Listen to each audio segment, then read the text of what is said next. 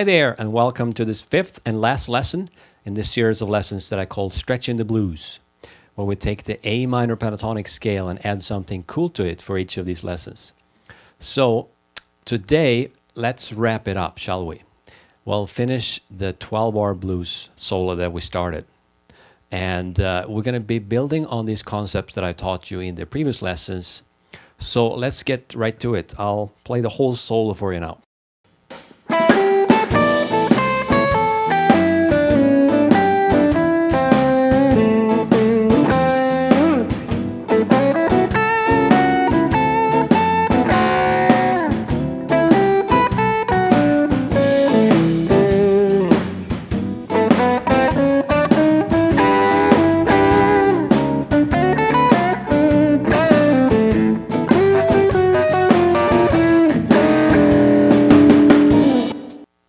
So let's have a look at the first idea.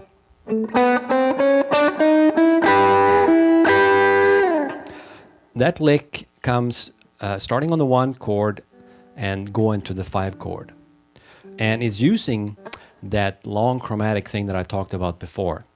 We have B going all the way chromatically up to the 5th, E. And that's where the 5 chord comes. So I'm starting that lick on the 7th fret on the D string, up to the 4th fret on the G string, and then I chromatically play every note in succession up to the 9th fret on the G string, the note E. And the reason I'm playing so many notes on the G string is because after that note I'm playing, which is a cool idea in itself. So that comes in on the 5 chord E7.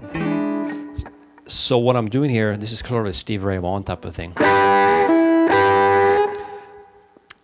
You can view this as an E minor triad, and it's played over E7. But I'm bending middle finger here on the 8th fret on the B string. So you bend that a little bit, you go sort of in between the minor third of E and the major third. Because remember how we talked about before, you can always have fun with the minor thirds and the major thirds in over 7 chords. So that's what I'm doing there. So I'm hitting those two double stops, the B string and the E string, and bending only the middle finger. Back to the G string, 9th fret, and do it again. So it sounds like this then.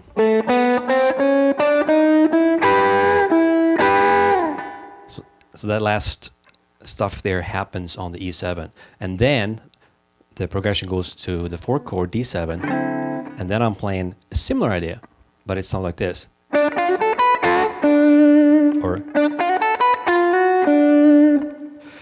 And it's in a way it's similar to what we did before because it's based on that minor triad, but I'm sliding in now from the 6th fret on the B string up to the 7th fret.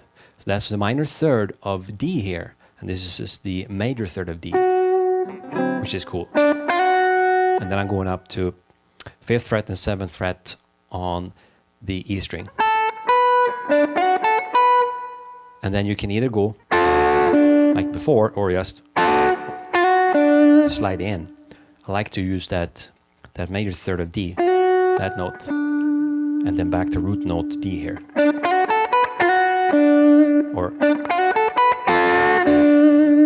And next we have this little lead-in lick to the 1 chord. So that open A string comes on the 1, right for the 1 chord. So it's the G string here on the 7th fret. I hit that note and bend it up and release. Down to the 5th fret, still on G string, and then we go to the D string and play 7th fret and open A string. So we have so far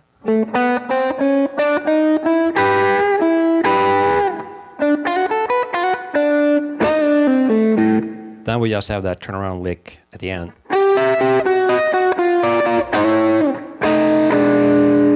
Pretty common thing. I'm on the 12th fret on the G string and the E strings. So I'm skipping the one in between.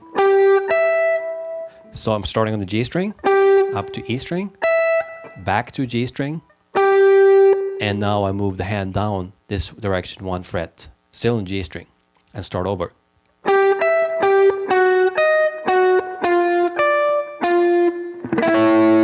The last one, I just sort of rake the strings, but muting all the strings except for the G string and the E strings. And you can play them one by one, like staccato, or you can go sort of the ring together. It's just a preference. And then the last thing for the playing an F7 without F in the bass. So I'm just using my index finger on the 7th fret on the D string and my ring finger on the 8th fret on the G string.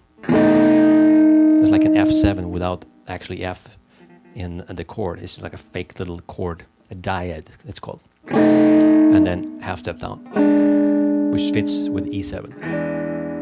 And there is the whole 12-bar blues solo. So I hope you enjoy that and you find some use for the ideas I have shown you. So thanks so much for all your support in this little lesson series that I've created for you. I hope you do enjoy it, and please let me know. Here is the solo one more time. Have a good day.